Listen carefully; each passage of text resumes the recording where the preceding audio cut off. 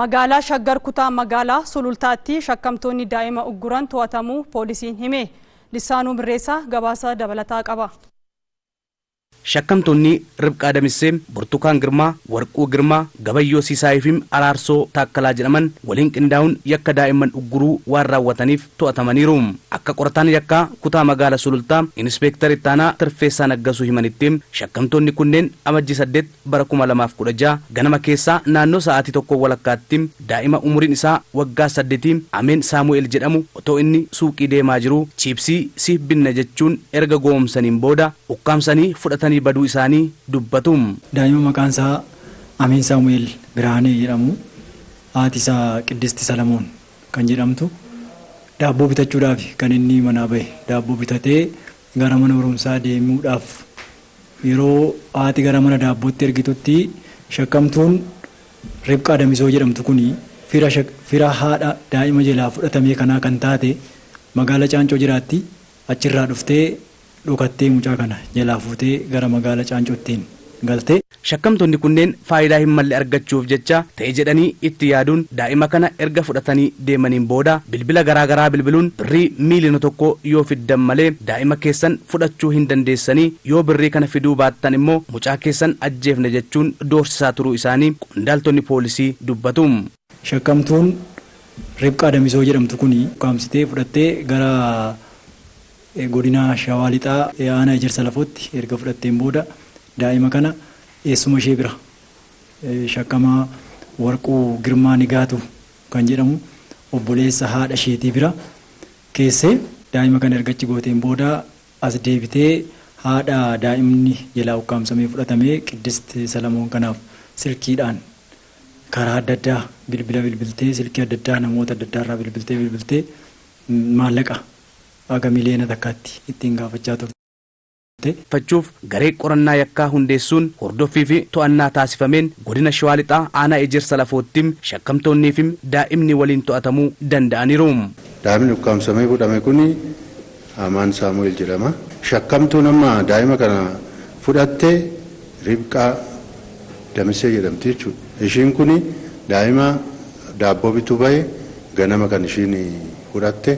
Egaa fudhattee daa'ima kana fuutee Shawaa Lixaatti Ejersa Lafootti kan dhoksitee fi eeruu uummanni kenneeni kan irra gahamee qabamee yeroo ammaa kana galmeen isaa qulqullaa'ee sadarkaa gaariirra kan jiruu fi murtee argachuudhaaf qaama dhimmi ilaallatutti abbaan alangaa biratti kan darbe ta'uu isaati. Miidhaa daa'immanii fi dubartoota irra ga'u xiqqeessuuf maaltu hojjetamaa jira jennees dhimma daa'immanii fi dubartootaa qajeelcha poolisii kutaa magaalaa Sulultaa Saajin Almaaz Bazzaa gaafanne. Yeroo baay'ee mana barumsaas deemnee iddoo mana amantaatis iddoo garaagaraatti deemnee hubannoo kennina. Hawaasni keenya garuu taatee ta'u kana honni jedhee ofitti fudhatee ilaalu.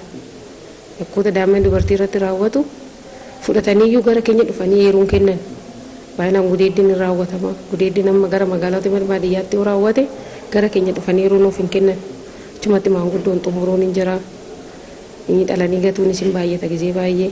Isuma kanallee namni daa'ima sana kaasee oduu qaama seeraan beeksisin iddootti fudhatee osoo guddifachaaf gara keenya dhufin gaafa turee waggaa muraasa booda dhufee gara keenya beeksifachuuf yeroo iddootti dhufu jira. Yakkoota walxaxaa magaalichatti darbanii daa'imman irratti raawwataman qolachuuf xiyyeeffannaan hojjetamaa jiraachuus ajajaan qajeelcha poolisii kutaa magaalaa Sulultaa Komaandar Tolasaa Malkaa himaniiru. Shakkamtootaan butamuun daa'imni dubartoonni gudeedamuun rakkoo guddaatu jira waan ta'eef hawaasni keenya kanumarratti kan hubatee daa'ima isaa eeggachuu qaba. Yeroo mana barumsaa deeman akkamitti deemanii galaa jiru, yeroo isaan taphatan akkamitti taphachaa jiru, maal hojjechaa jiru kan jedhu hawaasni keenya kana hubatee sirriitti of eegee daa'ima ofii eeggachuu qaba, wal tiksuu qaba, ollaan ollaa eeguu qaba, warri daa'ima isaa eeguu qaba.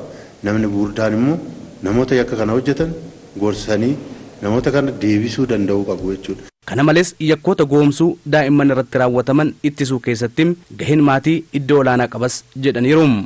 Uummanni keenya aadaan isaa daa'ima hammatanii dhungachuudha. Daa'imni hammatamee dhungatama. Daa'imni hin jaalatamu. Daa'imni hin hatamu. Akka uumaa keenyattis akka uumaa Oromoottis akka sabaaf sablammii biyya kana keessa jirutti daa'imni jaalala.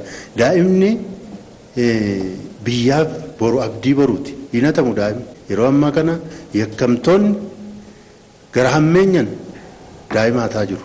Kanaaf warrarraa maaltu eegamaa kan jedhu of dagannoo keessaa ba'uu qaba. Uummanni keenya of dagannoo keessaa ba'uu qaba. Amananii daa'ima karaatti gallakkisuun barbaachisaa miti.